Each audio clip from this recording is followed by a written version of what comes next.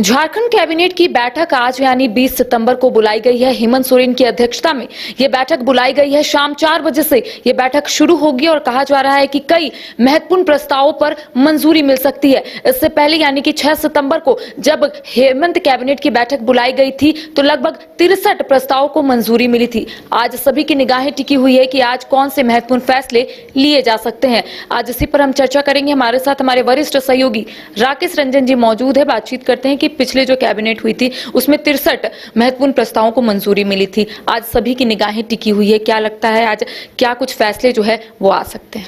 देखिए, चुनाव का समय है तो बहुत स्वाभाविक है कि अभी जो भी कैबिनेट मीटिंग्स होती हैं उन पर लोगों की निगाहें लगी होती हैं, क्योंकि ये वो समय होता है जब आप जो है लोकप्रिय फैसले लेते हैं और उससे जो है जनता लाभान्वित होती है। तो जैसे पिछले कैबिनेट में 63 प्रस्तावों पर मुहर लगी, जैसा आपने बताया, तो आप देखिए कि एक बड़ी संख्या में प्रस्ताव जो है उन्हें स्वीकृति प्रदान की गई। तो ये चीज एक बार फिर से दिख रही है कि जब आज कैबिनेट होगा तो ऐसे फैसले लिए जाएंगे जो लोक लुभावन होंगे और जो लोगों के कल्याण के लिए जो है वो योजनाएं होंगी। इस तरह के फैसले लिए जा सकते हैं। लेकिन जब भी कैबिनेट होता है, चूंकि झारखंड में जो है छात्र आंदोलन पिछले 1-2 सालों में हमने काफी देखा है, तो उनकी जो नजर होती है वो हर कैबिनेट मीटिंग पर होती है और आज भी होगी कि कैबिनेट से उनके लिए क्या निकलता है, क्योंकि रोजगार जो है एक बड़ा मुद्दा झारखंड में है। अब देखिए, इसे देखते हुए एक चीज जो मेरी समझ में आता है कि जेपीएससी चेयरमैन का जो पद है वो अभी रिक्त है और वहां पर मुझे लगता है कि उसे लेकर कोई फैसला आ सकता है, क्योंकि उसी की वजह से वो परिणाम भी अभी तक लंबित है। तो वो परिणाम निकल कर आ जाए सामने और सरकार भी चाहेगी कि चुनाव के पहले जो है इस तरह के वो फैसले ले जिससे छात्र भी खुश हों, जो अभ्यर्थी हैं वो खुश हों। तो मुझे लगता है कि जेपीएससी चेयरमैन को लेकर जो है कोई फैसला लिया जा सकता है। हालांकि ये कयास है। देखिए, जो भी चीजें कैबिनेट में होती हैं वो कॉन्फिडेंशियल होती हैं। जब वो एक बार बाहर आती हैं तब जाकर पता चलता है। उससे पहले हम कयास लगाते हैं, अनुमान लगाते हैं, और वही मैं अभी कर रहा हूं। तो मुझे लगता है कि जेपीएससी चेयरमैन को लेकर कोई बड़ा फैसला लिया जा सकता है। इसके अलावा जो एक और बात पर मेरी नजर जाती है, चूंकि विस्थापन आयोग को लेकर बहुत सारी चर्चाएं होती रही हैं और देखिए, जब आप विकास करते हैं तो उसका जो एक साइड इफेक्ट होता है वो विस्थापन के रूप में सामने आता है। अब झारखंड में आप माइनिंग की बात कर लीजिए या जो सड़क बनती हैं वो उसमें कह लीजिए, डैम बनते हैं उसमें कह लीजिए, लोग विस्थापित होते हैं और झारखंड में इसकी संख्या जो है वो बड़ी है। तो उनके लिए, और चूंकि ये सरकार पहले से भी विस्थापितों के कल्याण के लिए जो है वो बातचीत करती रही है, तो मुझे लगता है कि चूंकि अब चुनाव भी बिल्कुल सामने है तो इसे लेकर कोई फैसला आ सकता है। आप कह सकते हैं कि एक विस्थापन आयोग की गठना या संरचना के बारे में जो है चीजें और क्लियर हो सकती हैं। उनके सदस्य या चेयरमैन के बारे में बातचीत हो सकती है। तो ये 2 मुद्दे मुझे प्रमुख तौर पर दिख रहे हैं। इसके अलावा देखिए, अभी प्रधानमंत्री की कोल्हान में मीटिंग लगी थी और चंपाई सोरेन जब से जेएमएम को छोड़कर बीजेपी में शामिल हुए हैं, कोल्हान में उनका एक अपना प्रभाव है। तो इस कैबिनेट से कोल्हान को भी कुछ मिल सकता है।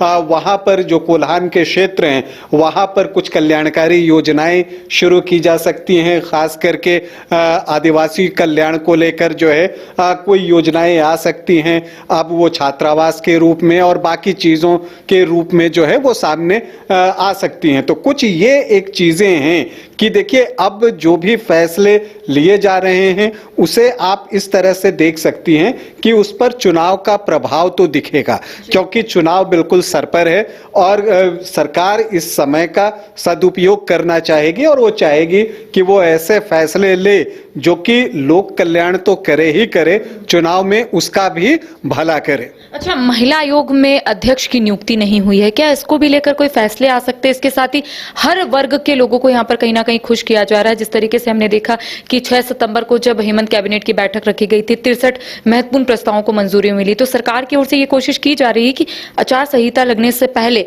जो भी लंबित कार्य है या फिर कह सकते हैं जो रुका हुआ कार्य है उसे फिर से शुरू करे। तो क्या महिला आयोग में जिस तरीके से अध्यक्ष नहीं है, तो क्या उसकी नियुक्ति को भी लेकर कुछ फैसले आ सकते हैं?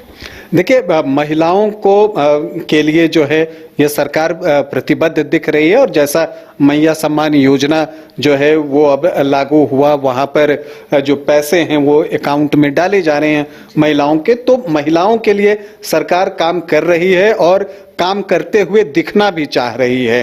तो महिला आयोग के लिए भी अगर उसके अध्यक्ष के रूप में अगर कोई फैसले लेने की बात जहां तक होती है, तो हो सकता है कि उसके बारे में भी फैसला लिया जा सकता है। क्योंकि जैसा मैंने कहा ना कि बिल्कुल अब चुनाव सामने है, कभी भी जो है वो अब जो तिथि है और कि कब चुनाव होंगे वो घोषित किए जा सकते हैं। तो अब हर कैबिनेट जो है बेहद महत्वपूर्ण हो जाता है, और चुनाव की घोषणा के पूर्व जितने भी कैबिनेट होंगे उसमें आप मानकर चलिए कि ये कोशिशें ऐसी होंगी कि जो भी कार्य रह गए हैं उस पर काम किया जाए, या तो उसे कर लिया जाए या ऐसा एक चीज कर दिया जाए कि ऐसा दिखे कि हाँ वो काम किया जाएगा, और लोगों तक ये संदेश जाए कि इस दिशा में भी सरकार जो है वो कटिबद्ध है, प्रतिबद्ध है कि उसे वो पूरा करेगी। तो ये सारी चीजें जो है वो आती हैं। आपने देखा कि पिछले कैबिनेट को देखिए तो मैया सम्मान योजना की बात कर लीजिए,